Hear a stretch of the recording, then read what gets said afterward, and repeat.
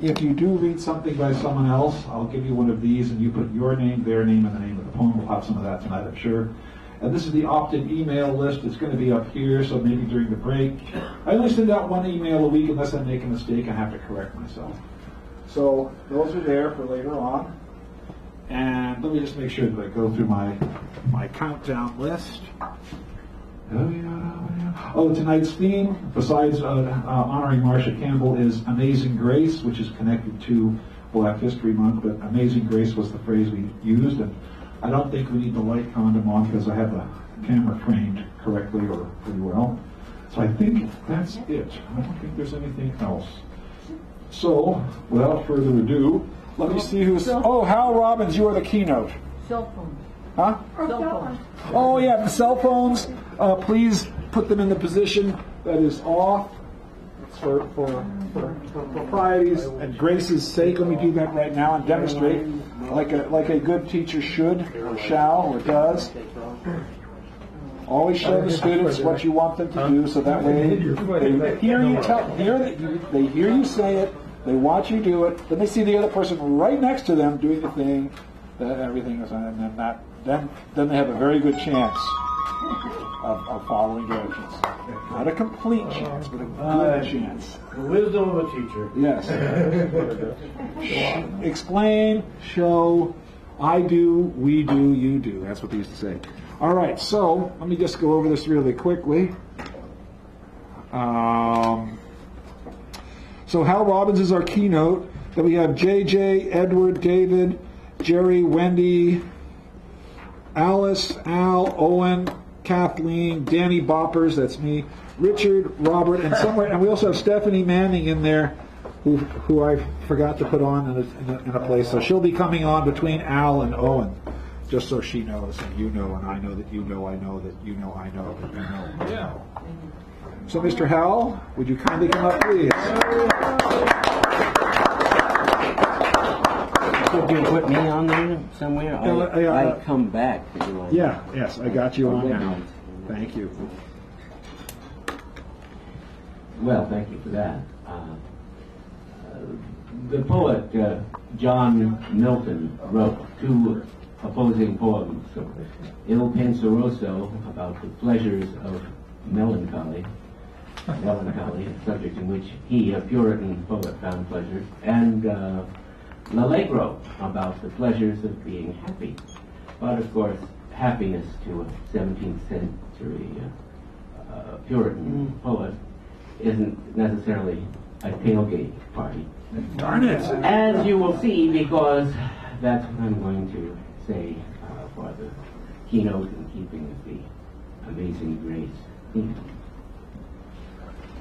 Hence, loathed melancholy of Cerberus and blackest midnight born in Stygian cave forlorn, midst horrid shapes and shrieks and sights unholy, find out some uncouth cell where brooding darkness spreads his jealous wings and the night raven sings. There amid ebon shades and low-browed rocks, as ragged as thy locks, in dark Cimmerian desert, ever dwell. But come, thou goddess, fair and free, in heaven ye clept Euphrosyne, and by men heart-easing mirth, that lovely Venus at her birth with two sister graces more to ivy-crowned Bacchus bore. Or whether, as some sagers sing, the frolic wind that breathes the spring, Zephyr with Aurora playing, as he met her once a-maying, there on beds of violets blue and fresh-blown roses washed in dew, filled her with thee, a daughter fair, so buxom, blithe, and debonair.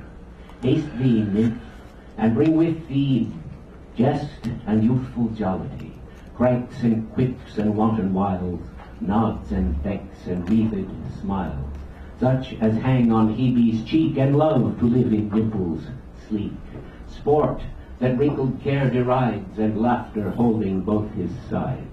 Come and trip it as ye go on the light fantastic toe, and in thy right hand lead with thee the mountain nymph, sweet Liberty.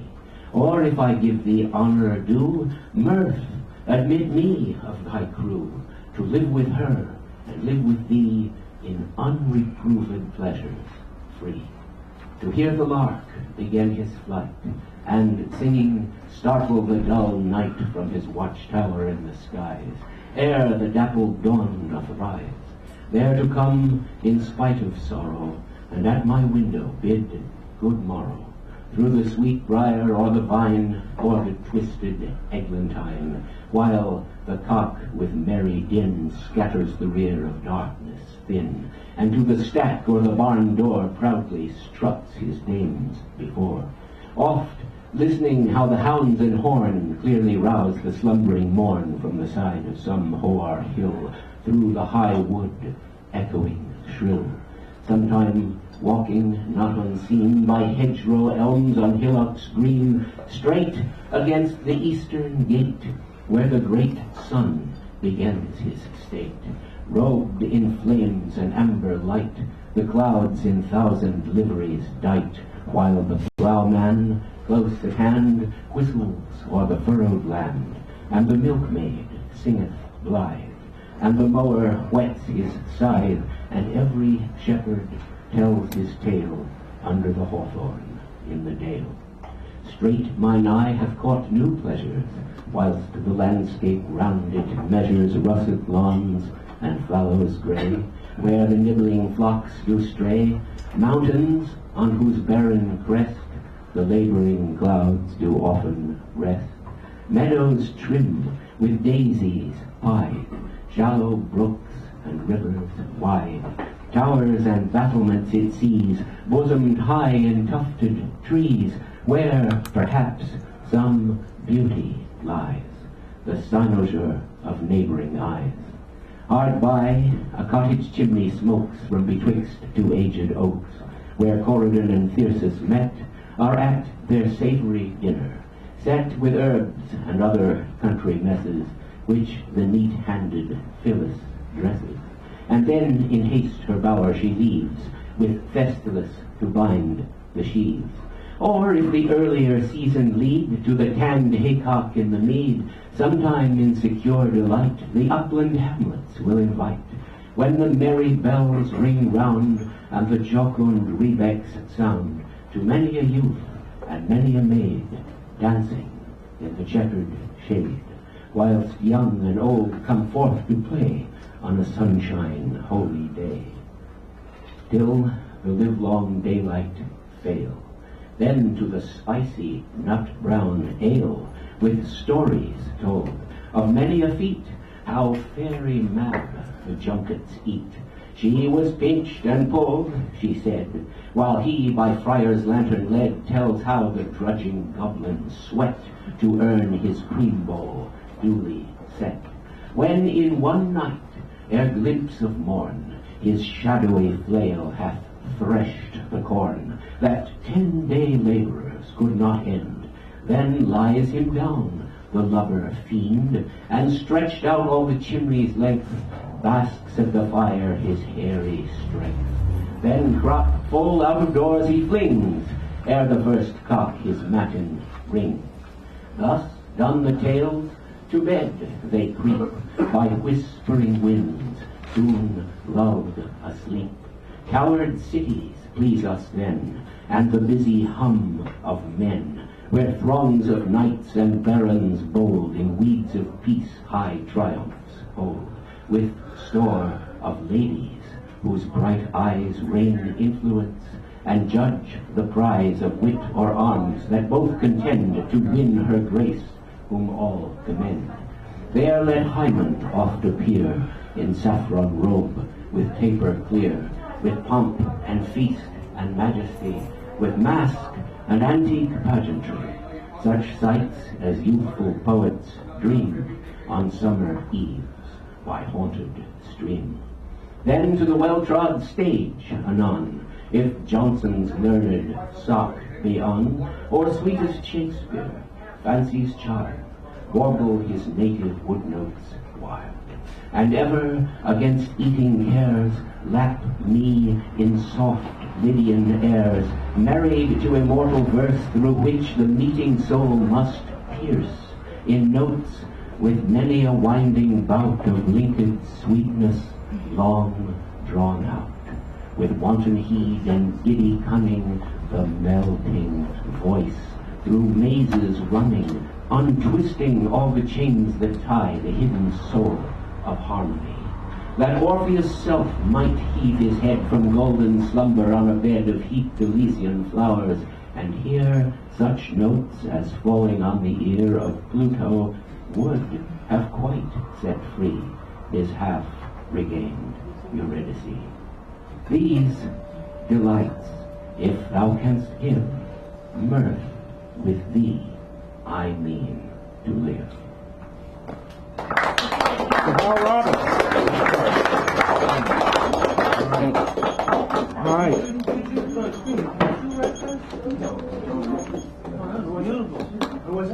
All right. Let me just give the next set of readers, just so you know. We have JJ, then Edward, then David, then Jerry, then Wendy, then Alice, then Al. Can you, if you're gonna, when you go out, can you go out between those two tables so I don't have to? So JJ, come on up here, dear. And give him a nice round as he comes up. He'll probably be one of the first to speak.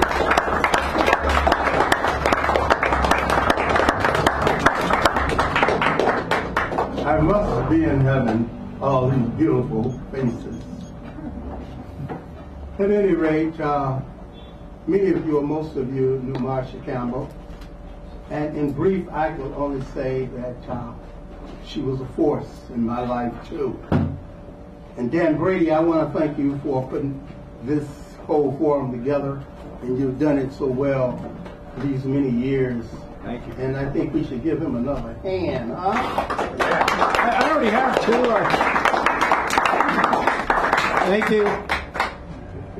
Personally, I've always thought that Marcia Campbell was the best poet since Emily Dickinson, but that might be personal.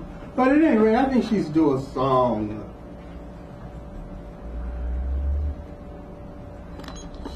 My Lord, you know that you promised me a long white robe and a pair of shoes. Go yonder, angels, fetch me a pair of shoes. Place them on my servant's feet. My servant, you sit down. Sit down, servant, I can't sit down. Sit down, servant, I can't sit down. Sit down, servant, I can't sit down. My soul is so happy that I can't sit down. Sit down. Sit down. Sit down. I can't sit down. My soul is so happy that I can't sit down. Thank you.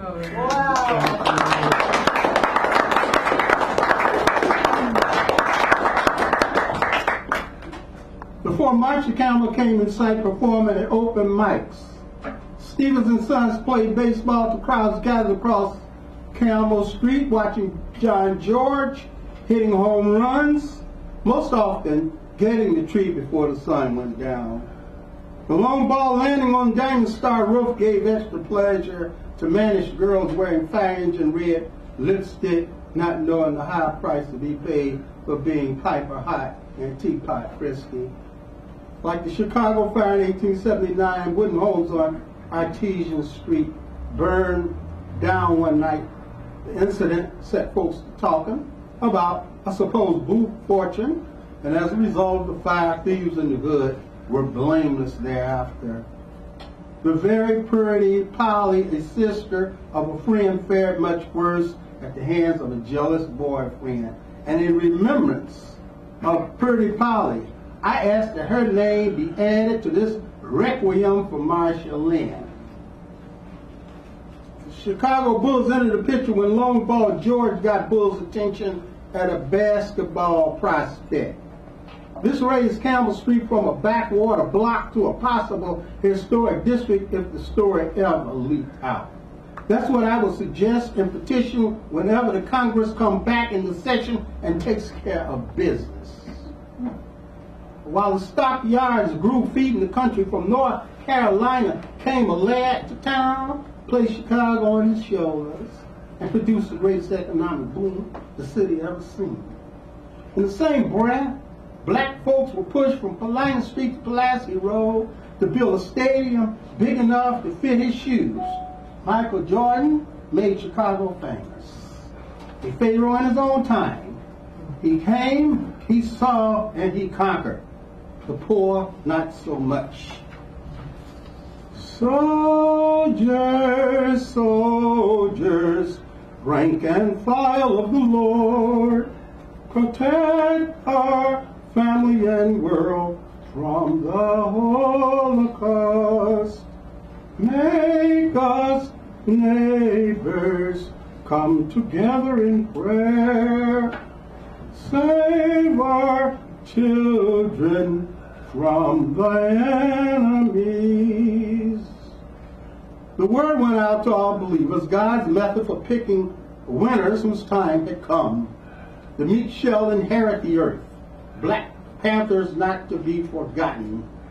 Considering this Black History Month, maybe the words of Abraham Lincoln will inspire us. 407 years ago, our forefathers brought onto this continent a new nation, dedicated to the proposition that all men are created equal. Soldiers, soldiers, rank and file of the Lord, protect our boys and girls on the battlefield. Save our women folks from the mindless wars. Help us lead the children from atrocities. Madison and Western were earlier tortured by rioters. The dust up saw sisters going to Sunday prayer and made Brooks' design aware. Another incident never to be forgotten is the man who set a fire on Roosevelt Road in a lover's quarrel. When the two women found out the secret, they kicked his butt out. Later, the trio died together mysteriously. I ask that their lives and dreams be added to this memorial for Marcia Lynn. Did you ever love a woman who fussed and fight all the time? Makes you feel so sad, almost lose your mind. Well, I bought a house in Georgia, furniture in every room. When I asked her for the hookup, she said, Junior, we're through. Did you ever love a woman who fuss and fight all the time? Makes you feel so sad, almost lose your mind. Came to pass, the fabulous Rick James, star-crossed king of the 80s, who as a shooting star went up in flames like President Carter's legacy over hostage-taking in Iran. The great Rick James, cold as ice king, went on to prove it. It's really good seeing you again, Sugar, and I must admit, I was cold as ice long ago. Then you turned on my fire, baby. Fill me up with flames, fire and desire. Just to look at you, I was cold as ice long ago. Sugar, sugar. Finally, catching Goldilocks fever, Rick James went ballistic, caught a case, and went to Leavenworth. Came another brother to the circus whose love touched the high flame. Phil going home for a month, things were messy. The painted lady had longer legs and style, twisted him on her fingers like little baby brother for a while until it was over and the game was afoot to another encounter with hurts. And maybe you notice the ease of falling in love by the letter and method. I cried for you. Now it's your turn to cry over me. I found a love just a little bit newer. I found a heart just a little bit bluer. I cried for you. Now it's your time to cry over me. You can do this. Follow your bliss. Jump aboard the wagon train headed west. Colored wagons calling all the best. L.A., here I come, a burst. Before the trip, the weather changed and all the skillets in Chicago stripped town on vacation. Another woman stood before yours truly, hassled and torn. Her arm baby, big as Gibraltar, was named Wednesday Gotham, told the story. Her daddy's name was Joe. She was born in a homeless shelter during a snowstorm. After prodding, the mother changed tune, said the daddy's name was Billy, and one night demanded she could fly only by his stars. Then her lights went out. Her screams of long duration could not be ignored. They were echoes of agony and distress from many other sources reaching his ear. In Ferguson, Missouri, yours truly addressed the Michael Brown killing and other issues best he could. To all those violated and assaulted during the period, let us add their names to Marsha Lynn and Requiem, and to their lives let us give a song. What is America to me? The house I live in, a plot of earth, a street, a little corner newsstand where my people lived and died. The howdy and the handshakes, the air of feeling free, the right to speak my mind out, that's America to me. These love-drawn connections carried through Atlanta and war-torn Sierra Leone, and chance meeting of a Madigo queen. Her tent the size of Nebraska would be part of a documentary on the Liberian Civil War, and my being here with you in sweet, sweet San Francisco, and the meeting of Marsha Lynn. Months after our meeting, I took a call from a Western Union to pick up a letter and a check from a woman in Chi-Town demanding I come back. Respectfully, I replied, I'm sorry, but I'm not leaving San Francisco. Got a big-legged woman waiting for me. Told me that she loved me long as I wanted to. I've been to many places, seen lots of this and that. Having a woman really stuck on me. Can't turn my back on that. I'm not leaving San Francisco. My big-legged woman is waiting for me. Told me that she loved me long as I wanted to. The war in Sarajevo hadn't started when homies in the hood were ambitious. One notable was Nolan, handsome young guy, always well-dressed, was asked how he came by his fancy rags, said, all you need is heart. He was killed in a burglary shortly after. There was also 2 Boy Scouts who were found famously drowned on Fox Lake and were good Catholics, but couldn't walk on ice worth a darn. Even so, when their bodies were pulled from cold, cold Lake Michigan, their souls will live on forever. And with Marsha Lynn, let each of these, my road buddies, be added to this requiem for Marsha Lynn. Came another celestial eclipse, this time a boilerplate blue moon, another girl on a boat, another fantasy explored. Her 4th of July gift to him, a necklace of cherry bombs exploding exotically. From the halls of Montezuma to the shores of Tripoli, we will fight our country battles the United Black Marines. It was heavenly when blossoms fell on every move of cha-cha-cha, bebop, and all things temporary. With 10-cent hamburgers in memory for today's mademoiselles, it's get out your credit card and run, Big Daddy. Buy yourself a Philly. A claiming one will fit the time at Phantom Hour or Finish Line. There is nothing like summer days in Georgia peaches. Slow gin and a thrill a minute. You can get it if you try. From Atlanta to San Francisco, the trip's a breeze. And your shot at the millin', maybe you noticed it all came clear to me. Such as that Chi-Town woman will be furious, hearing I'm not leaving town. Don't tell her about my love queen. I'm sure she can work it out. I'm not leaving San Francisco. My big leg woman is waiting for me. Told me that she loved me, long as I want her to. It was long after American Motors and tougher cars went the way of the telegraph.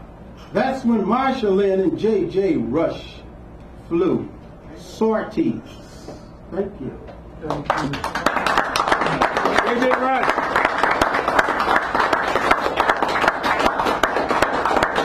So apparently he got the word that I wanted him to do something special. We didn't get a chance to talk, and I didn't get a chance to verify that, but thank you. So we that was good. All right.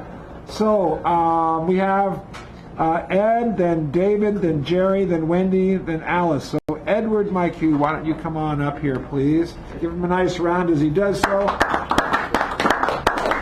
We now return to our regularly run opening mic. Bob, I got something for you. I was supposed to give you this. Can you hand Bob that? Yeah, that was the one you'll see. I meant to give you that. I made a mistake. Welcome back. Thank you. Hey, long time no see here. I first met Marcia and we first shared our poems in 1980, maybe it was 1981. So she was had just finished up her master's degree under Nanos Valeritis at San Francisco State. And she was one of the two most beautiful women in those years. The other was Dodie Bellamy. And they were so gorgeous, the two of them. And they were so bright, shining, shining, shining.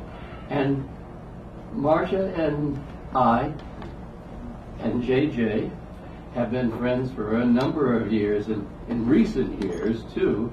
And JJ and Marcia would come over to our house along with Evie and a few other people, and we would share our poems, just a handful of people. And I say that because I'll lead into the fact that Jim Gove, who used to be here, and Eleanor Gove, who used to be here, and did the Sacred Ground anthology, they also were in our little group. And it was just a small group of people, and who didn't have, except for me, I had a lot of pretensions, but they had no pretensions. They were wonderful people, and Jim Gove, since 1965, has been publishing a magazine, and under a succession of titles, but mostly in the last 40 years, it's been Minotaur magazine. And this issue of Minotaur magazine, 3 years ago, 2013, I keep saying 1913, 2013, he included a collection of Marcia's poems. And there are 50-some pages in this magazine, but Marcia has 30 of them. And I thought what I'd do is read her a little introduction. She was a lyric poet, and a shining lyric poet. And no one could write like Marcia. And here is her little introduction. And to her little group. I think I want my glasses on, okay? Okay. And her collection of poems in Minotaur is called Going to See Some Words. going to see some words. And she wrote about herself. She wrote, Marcia Campbell was born in Portland, Oregon, and her early childhood was enhanced by the way Rima of the jungle was in the tale of the Green Mansions. I mean, by the lushest of rainforests and the wildest of flowers. She moved to Connecticut at the age of 4, then on to Arizona and Nevada. She loved this wandering stage of her life as much or more as she loves living in San Francisco, in the rather unlovely Tenderloin of San Francisco. Marcia was an excellent poet and a frightening poet. You never know where she was going to go. And there's another poet who used to come to our group who lives in Munich, near Munich now, in Germany. And she was like Marcia. You never know whether the poem was going to explode in her face, but it didn't. And it was always astounding how they could, Helen Svinteski could pull it together, and so could Marcia, because they were true lyric poets. I'm going to read 3 of Marcia's poems, if that's okay. I should say something else. This magazine, published by Jim Watson Gove and Eleanor Watson Gove, they moved up to, 15 years ago, they moved up to Port Townsend, Washington. And they've continued to publish magazines and to paint and to pot and so on. But Jim, when he heard about Marcia dying, and all the information I have comes through JJ, the great love of Marcia's life in later years. We all have great loves, and the last one is probably the greatest, we think. So, but she loved JJ, and she thought he was just brilliant. And so anyway, this magazine, if you want a copy, you can just take one of these pieces of paper that are here and write to Jim Gove, and Jim Watson Gove. He took Eleanor's last name, Watson, when they married. But write to him and say that here's $1. Could you send me a copy of the magazine? I had said, Jim, you were going to charge it $5, weren't you? And $3 for shipping? No, he said. For Marcia, if they want to send me $1, I'll send them the magazine. So this is the magazine, and here's one of the poems of Marcia. I hope you can hear me. And Evie knows this one. I think it was one she knew. A drunk woman murders her dance partner, JJ. You're my sweetie. I'm feeling sentimental. Kiss me on the lips. Passion is so elemental. Oh, honey, I hear a scream in the night. Hold me tight. Oh, honey, super tight. Oh, I can feel your balls curl up inside. Passion is so elemental. Oh, honey, love can be so detrimental. Oh, honey, let's dance the continental. No need for you to be so gentle. Passion is so right. My flower, you've had such a lovely life. Don't look so frightened when you see the knife. Remember me in heaven when you're gone, and please, don't scream too long.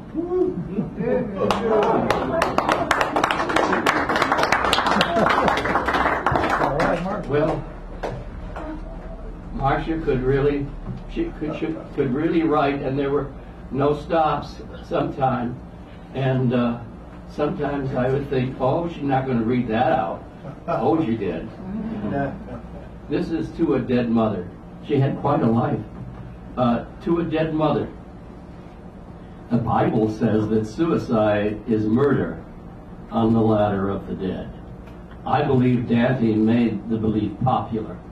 Destination, hell. You, a good Baptist. What were you thinking, mother, with the overdose and the plastic mask? Why go to bloody, holy hell, mother, dead mother? Many were cold, but few frozen. Hal, I've had you under my skin these 30 years now. Were you washed up in the blood of the Lamb? Onward, Christian, via con Dios, O Lamb, you sin the flesh and kiss, adore a rose. In the distance, cream. Your eat, the Christ, the cross, nomos. Ah, there lay in the sun and made blood. Ah, were you trying to set me free? Were you, mother, trying to set me free? And the third one, I read these because they're way out there. She wrote some real sweetie pie poems too, but she thought these were sweetie pie poems. Marcia was a real poet. The hollering in the hand. Look, in this city where I live because of mental services, here where I wait to get Section 850, I can have 2 cats because you will not live with me. An arrest has been made, an arrest of the heart. We have gone fishing, and meanwhile an arrest has been made. I hope you will not go away. Water is so unsafe here. The Chinese say that fish gain life jumping the heavenly gates, becoming dragons. You are waiting for an opening. I stare at the window, at the shadow of the moon, hearing cracks and seeing splinters tend to your dream. Those are Marcia's. She did a lot more. These are just my selection of 3 that got me because they're so hard to do, and you think, oh, they're not going to work, and yet they list there, dipping backward and forward and live in the mind. And you can go to bed and later and you'll remember maybe one of these. Anyway, my name is Ed Q, and I was a friend of Marcia's, as Emmy was here, and as JJ, who she loved dearly, and she had other lovers years and years ago, and I knew some of them, and but she was a fine woman. And when she was young, she was as beautiful as the sun. Thank you, Ed. Nice words. Honoring. So that's kind of what's here and there. People have, we've made some special arrangements here. So the next few readers, we have David, then Jerry, then Wendy, then Alice. So David, why don't you come on up here, give him a nice round as he comes up here.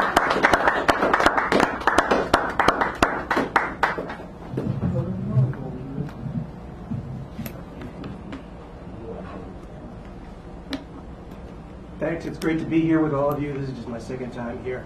I didn't know Marcia. I didn't prepare anything, but I just want to pay my respects. This first one I wrote about 40 years ago. I just got it published in a print magazine in the UK not too long ago. The rest of the poems I've written more recently. Day 1 weather.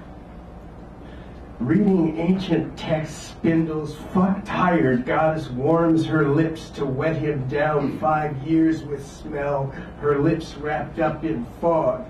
Creep in, shoot off, collapse, love nipples, night as horses, pined and barbed, reborn and withered, wetting her fingers like scissors, refusing to empty.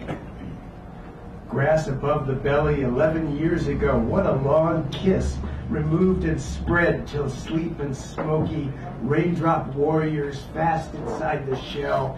She wets her lips, he draws her to his side, he with her.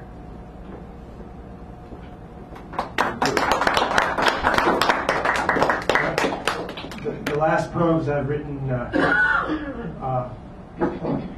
since last summer, I've been writing love poems.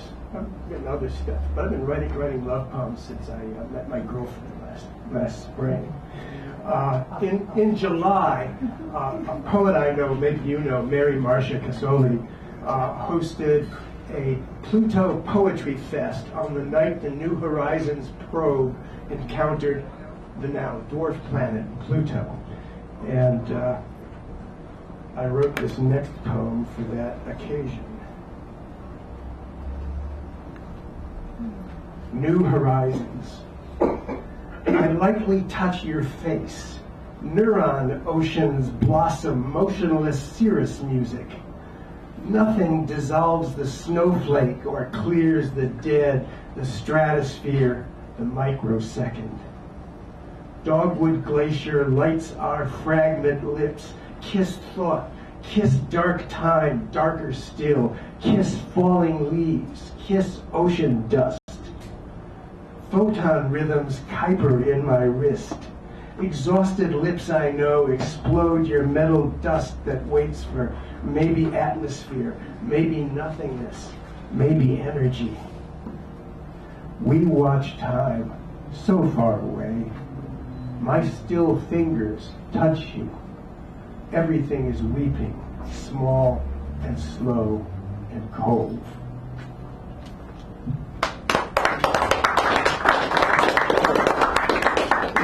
Last week, I read a collection of poems I've been writing for my girlfriend over the last couple of months. She told me Monday, I just wrote the last one last week. She told me this Monday that she liked a couple of them, but she really had a hard time with the disconnected surrealist imagery I was using. So the last two poems I wrote Monday and Tuesday on a campaign to write some poems that she would like, and she did like them.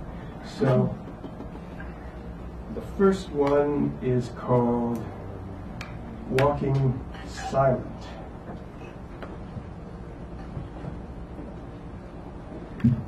Walking silent for Susan. So many times the dogwood blooms and fills the picture. Floats the hummingbird amid the blooms, high as cirrus, white and blue. Swift wings wake, the hummingbird evaporates in silence before her eyes dance and move. She loves little children, love her stories. Walking silent, she finds the lake.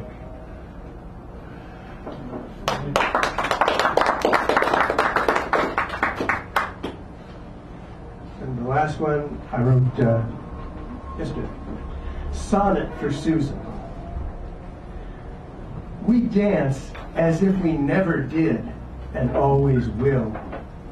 Sparrows follow us through clouds of rain and music. My hand held high, you twirl with mercy for Borges' library. I hold you like the last word in its river of stories that never end. At night I linger in the long-lost song of missing starlight. Breathing air once gasped in Greece or maybe Santorini, I dance with you and Aphrodite. One stone, one spiral nebula, one woman I love, astonished silence between notes. Your mysteries draw blood through brain and heart. A slow dance brought us here in thin air tones and motion. Your hand in mine, my arm around your side, lead us through the sea of loving touch, where far below your beauty wells up through tectonic darkness. Luminous caress, a shimmering strand within your deep, resounding breath.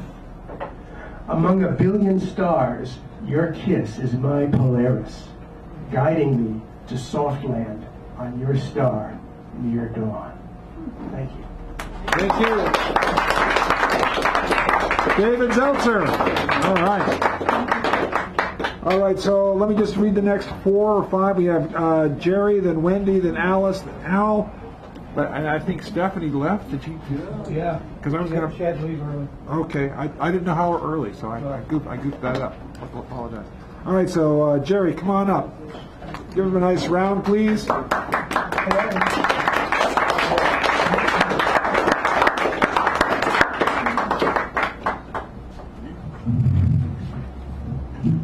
This is I knew Marcia from just being around so long on the scene. I didn't know she died until I got here today anyway. Yeah, she's pretty cool. This poem, of course, got nothing to do with Marcia. It's a kind of a Zen poem, and it's kind of a Zen poem because Zen poems are very hard to write, mainly because they're like 2 lines long. But this is a little longer. Okay. It's called Pop Satori. On the occasion of the total solar eclipse at the spring equinox 2015 for Philip Whalen. In the final darkness of winter's departure, sprawled across my bed, when pop goes my head, baby with a bang so loud my whole bod shook loose. The black balloon of emptiness and the sharp needle of light, blowing out all needless attachment and illusory desire. Simply beside myself I lie, gone beyond expectation or odious attainment, the zen of trying and trying to be there then. But who is this reflects on this as from above? And doesn't that make me 3? And doesn't that mean all beings, all things are one, are more than what they seem? Trying to remember this, all memory is but a dream, even filed away somewhere outside of time.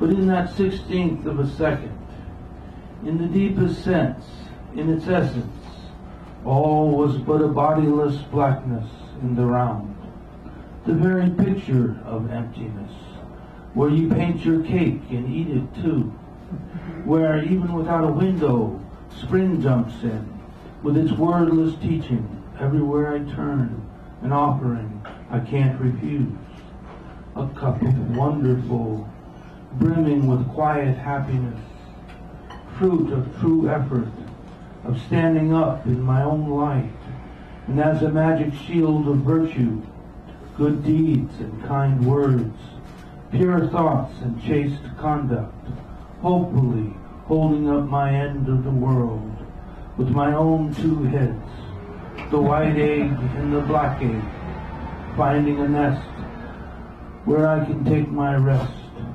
realizing the gift of a canny teacher, providing a real path when he declared shortly before his death, I'm gonna brain this kid with a diamond noodle. He doesn't know it yet. And indeed, how could I see his mind when our minds were one? But don't depend on the words alone. Trust your dreams as well, the wisdom of the heart, to guide your steps on this endless adventure. Take the 2-way street of kindness and compassion as the way, full of promise, like the plum blossoms of spring, to save us all. Jerry Perez.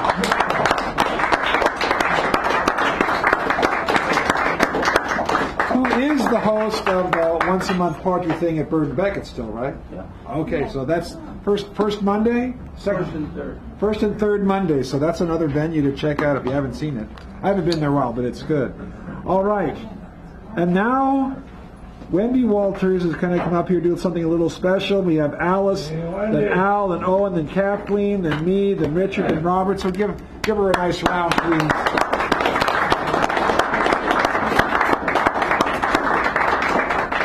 I kind of helped you with this a little bit, but not a lot. It was her idea. I think it's wonderful. So I didn't know Marcia well, but after hearing more things about her tonight, I wish I had known her better. And, I had written, the main thing I'm going to do is after this, but I had written a few words about what I knew about her, and after tonight I feel like I've really been apprised of the breadth and depth of her heart. So remembering you, Marcia, I remember your soft voice and your gentle spirit, the longing of a yearning heart, your childlike nature, and how you chose to believe that love was possible.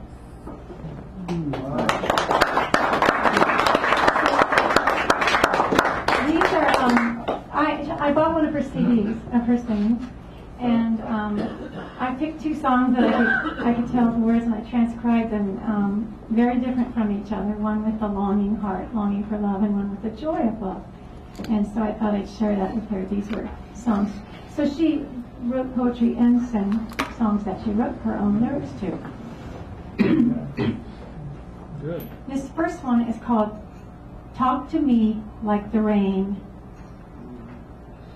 Talk to me like the rain that calls to me through clouds of pain.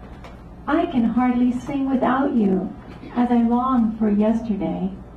You played me straight and your smile